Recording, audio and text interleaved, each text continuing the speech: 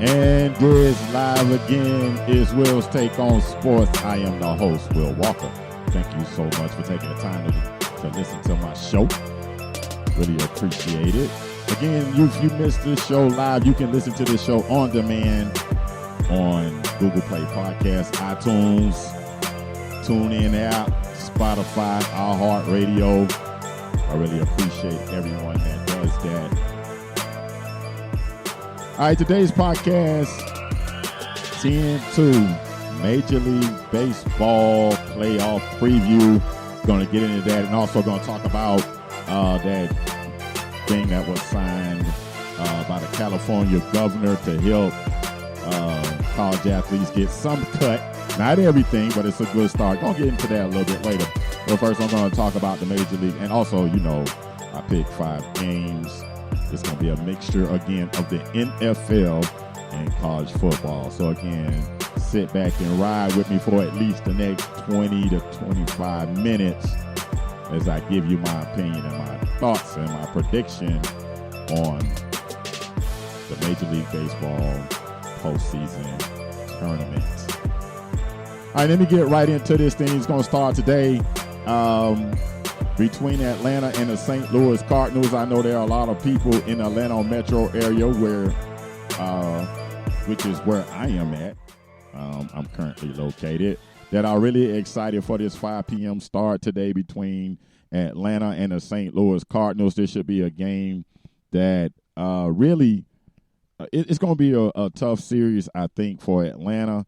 But I think they do have enough talent to be able to pull through. But, because Atlanta has Ronald Acuna Jr. and Mr. Freddie Freeman, two of probably the best 1-2 tandem in the game of baseball today. They are a handful. They will get a Cardinals. I think this Cardinal team that I don't think anybody could have predicted would be in this would have made the postseason playoffs this year. But they are here. Not the Cubs. And real quick about the Cubs, in my opinion, what they did to Joe Madden was just ludicrous, in my opinion. The man won their first World Series in 108 years, and then because it's basically like all pro sports and even college to some extent, it is what have you done for me lately? And they let Joe Madden go. I guess they were disappointed in not making the playoffs. But anyway, back to this series, I think Atlanta has the opportunity to go far. They were 3 wins shy of 100 wins this year. It's a good team. They are a good team. This is their first postseason experience, or this is their first postseason since 2013. So they're back in the division round. So we'll see.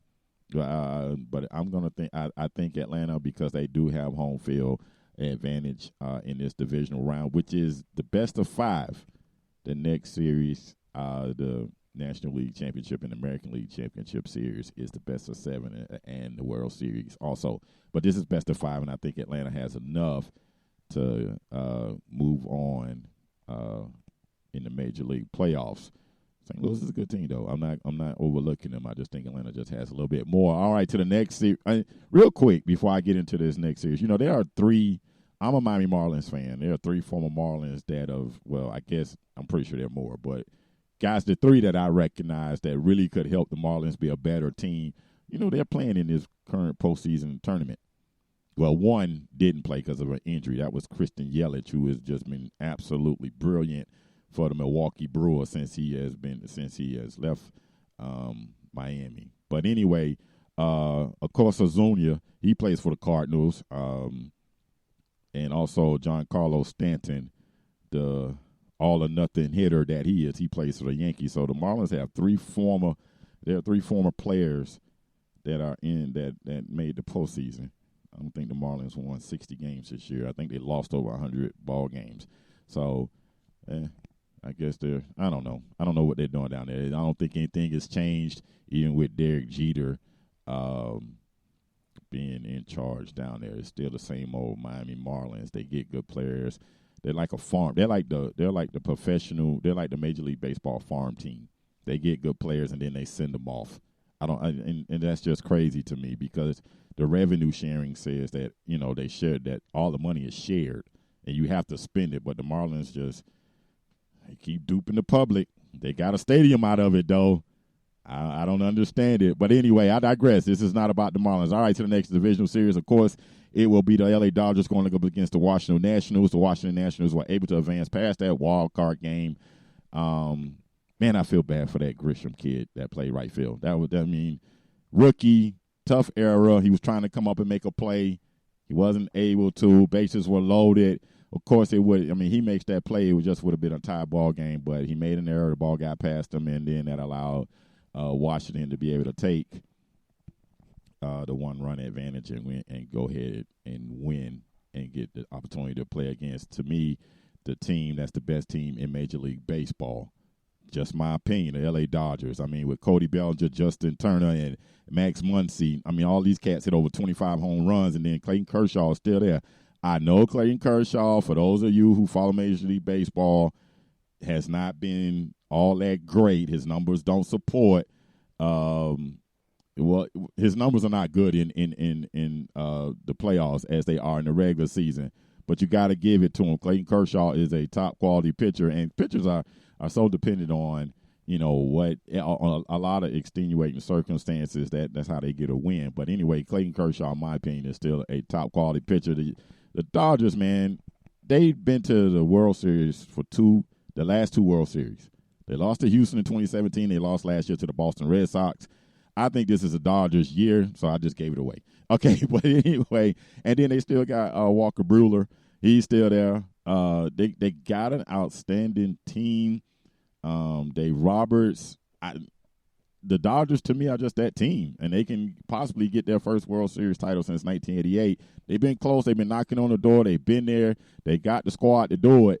Let's see if they can get it done this year.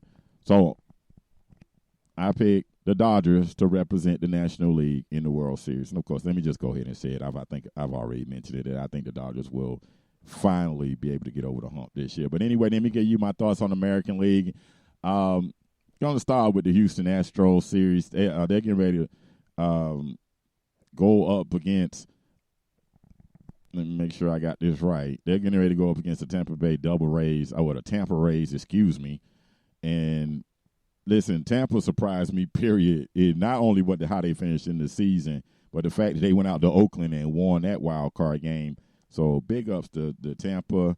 I really don't give them much of a chance in this series. But, shoot, Tampa made the postseason, and the defending World Series champion Boston Red Sox did. Then the Boston Red Sox payroll is much larger than the Rays payroll. So that just tells me that, you can buy quality players, but buying a roster doesn't necessarily guarantee titles. I mean, it helps your chances, but I don't think it gives you any guarantees. But anyway, the Astros, they just loaded. Altuve is still there. Springer is still there. Alex Bergman. They were all key players in the Astros 2017 title run, World Series run, and they are still in Houston. Justin Verlander and Garrett Cole, both 20-game winners this season. This team won over 100 games. Don't see much of a chance for the Tampa Rays in this series. I mean, anything's possible in baseball. I mean, baseball is probably one of those to where the favorite really can be knocked off.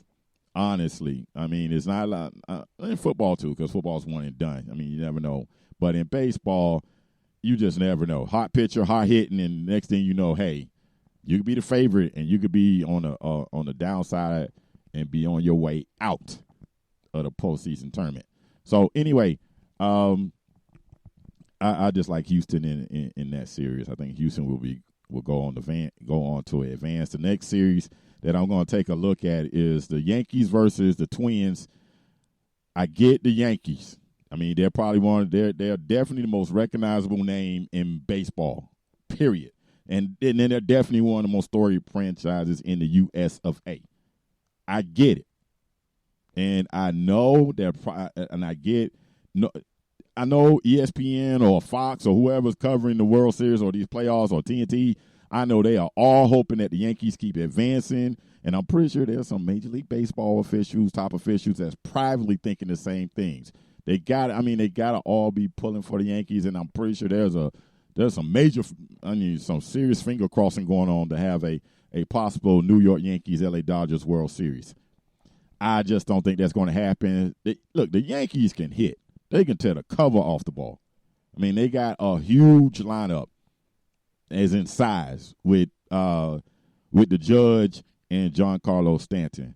They just can't pitch. They don't have any pitching at all. And the Twins are their mirror image. So this series between these two teams, if like that commercial said, if chicks dig the long ball, like that 99 Nike commercial said with Tom Glavine, and I forgot who the other pitcher was, if chicks dig the long ball, they're going to love this series. Because I can listen, that juice baseball is going to be flying out of the park in both parks, in New York and in Minnesota.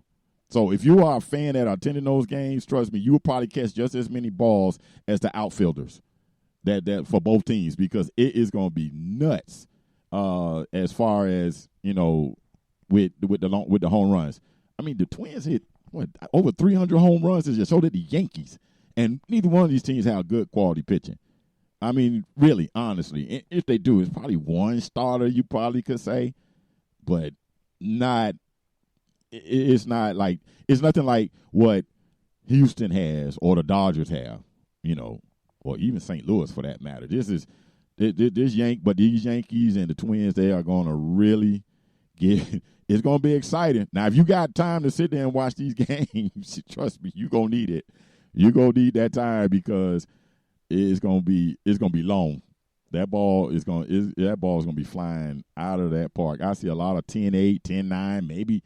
I see a lot of double-digit runs scored in the games between the Twins and the Yankees. Now, it may not happen, but given what the track record is of what's going on during the regular season, I don't see how that changes any during the series between the Yankees and the Twins. So and it's a toss-up who I would pick, who I think will go on to advance to the American League Championship Series. I'm going to go ahead and just say the Yankees, just simply the fact that they have home field advantage. They're going to go on and play Houston and get humbled. It might be a sweep if they play Houston, and that's just my prediction. I just think Houston's just a super talented team, very talented. Those guys are still young stars too, and I just think I think as much as the sexier matchup for the casual sports fan would be the Yankees and the Dodgers, the best matchup, period, for those of us who follow Major League Baseball, who have followed the season, would be a matchup between the Astros and the Dodgers. Because, one, it'll be a rematch of what happened in 2017. That'll be the one thing. But the other thing is it'll be watching good quality pitchers, timely hitting, definitely the long ball.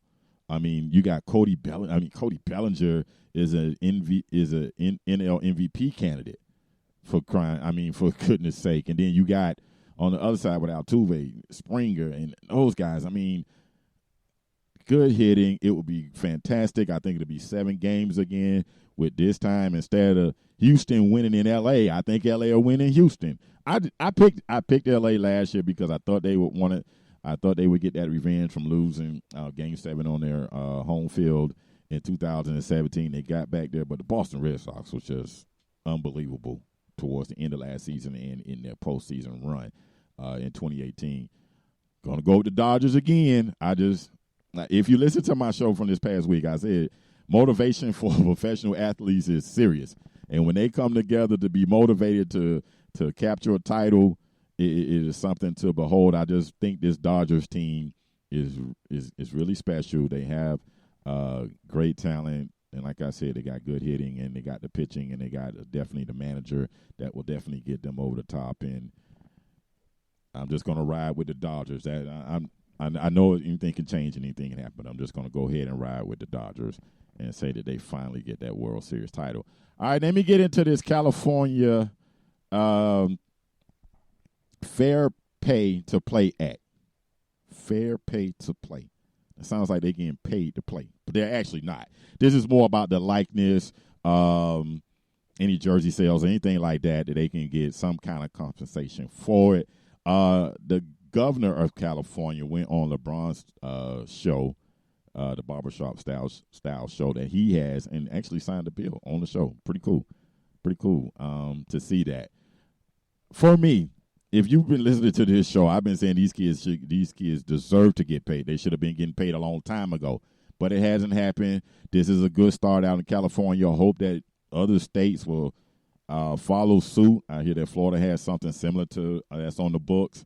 Be a good thing. I don't know how much this would change the recruiting dynamics, because again, it's not being paid initially for playing. It's just if you get paid for your likeness, your image, or jersey sales and things like that, you can get it. Or for commercial runs instead of the 4-letter or any of the other sports networks, they're running these ads. And yes, it is the school, but it is a kid who's actually a member of that team who is being promoted on that ad. He should be able to get a cut from it.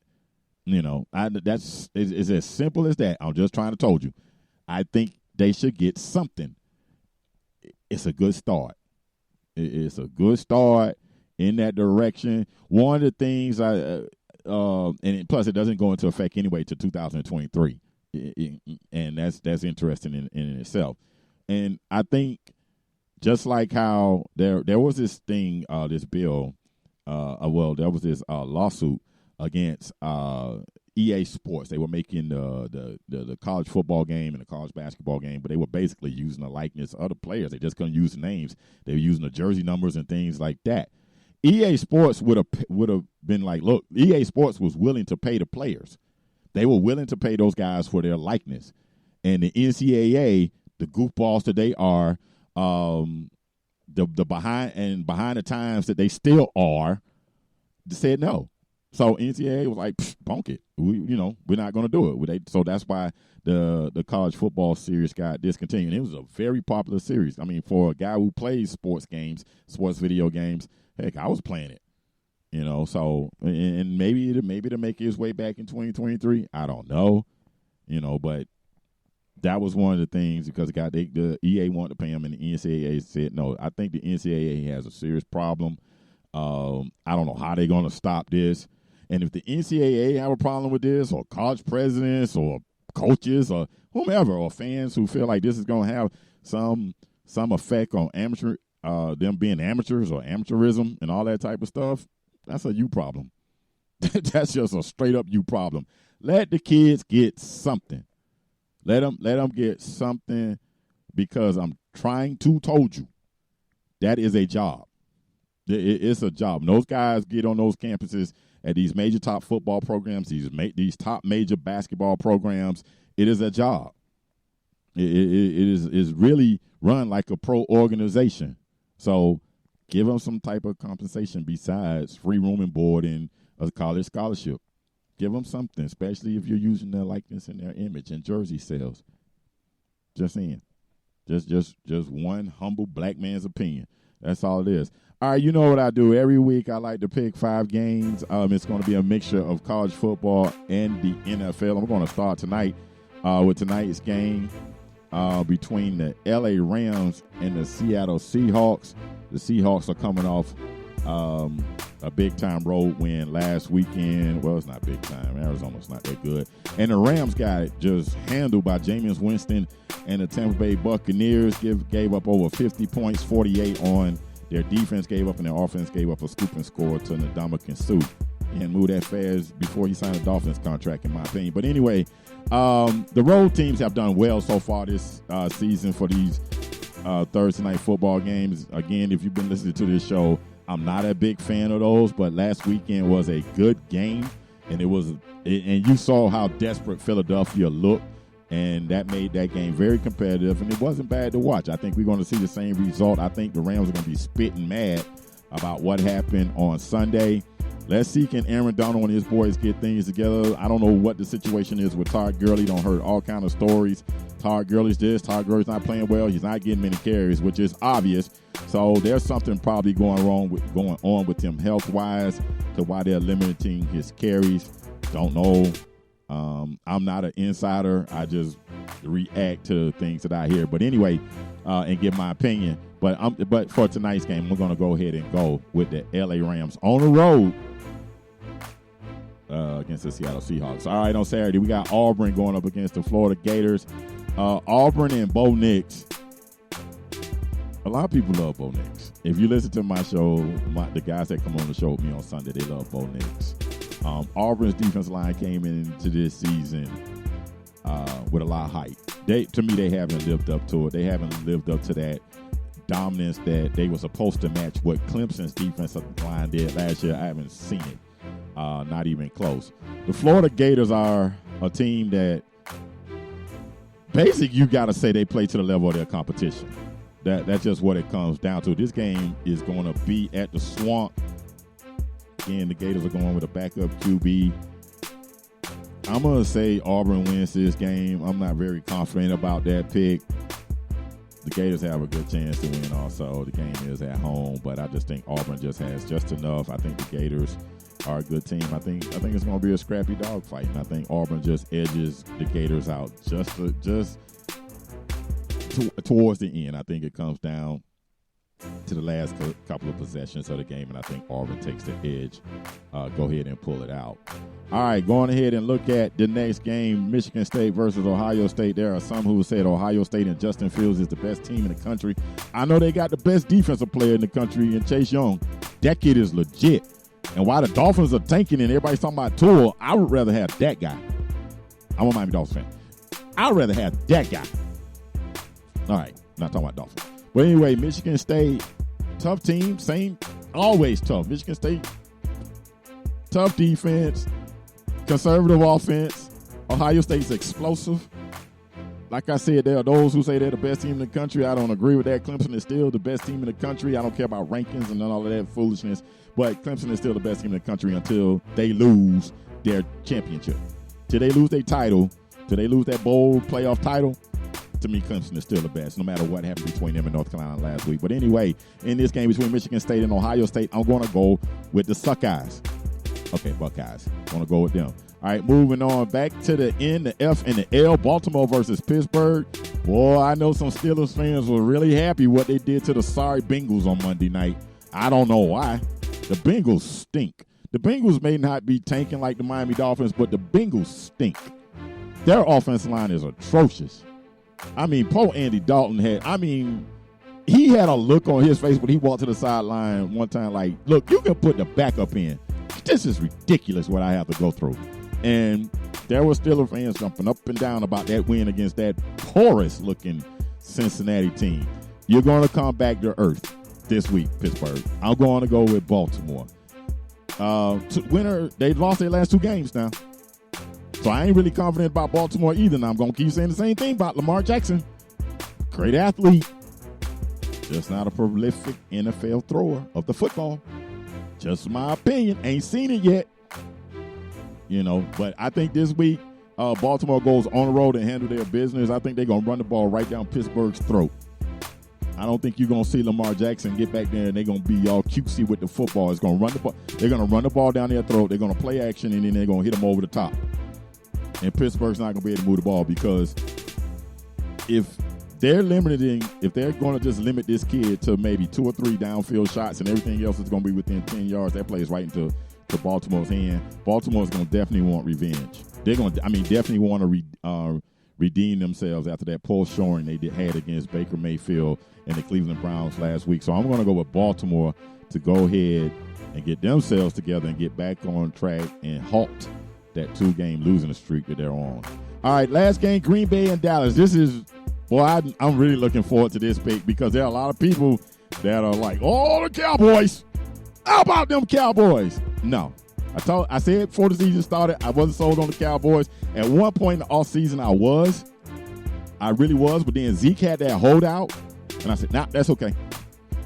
Not that I'm saying that him getting his money here has anything to do with why the Cowboys won't have success. I think there is a lot of pressure on the Dallas Cowboys. There's a lot of pressure on their head coach. There are those who are saying Dak Prescott has made that turn. And through 3 games, he was an MVP possible candidate. I don't know how you make that determination in 3 weeks in the NFL season when they play 17 weeks. That makes no sense to me. Plus, they played the Dolphins. Redskins were in there, and the Giants the first 3 games. And then last week when he went on the road to play against a very good team in the New Orleans Saints, he didn't look so good. Now, to the other side, Green Bay. Defense. Defense didn't come up too big last weekend when they played against, last Thursday night when they played against the Philadelphia Eagles, but defense. The one thing the Packers have a problem with is teams running the ball at them. That is, the Philadelphia Eagles ran the ball right down their throat. The Minnesota Vikings ran the ball against them at Lambeau Field the week before. Of course, Dallas is going to run the ball. They got to get Ezekiel Elliott going. Ezekiel Elliott is, as Ezekiel goes, that team goes. I get about Dak Prescott early in the year, and I get all of that stuff. He's nice. He's a game manager. He is a game manager.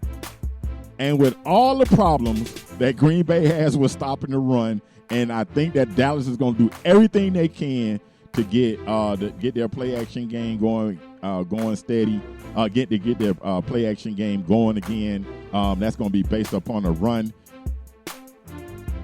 I think Aaron Rodgers and the Green Bay Packers go on the road to beat the Dallas Cowboys. That's my pick. So those are the 5 games I picked for this week. And that is going to be it. Now is that time of the day for me to say goodbye. Appreciate you guys for taking these couple of seconds to listen to my show.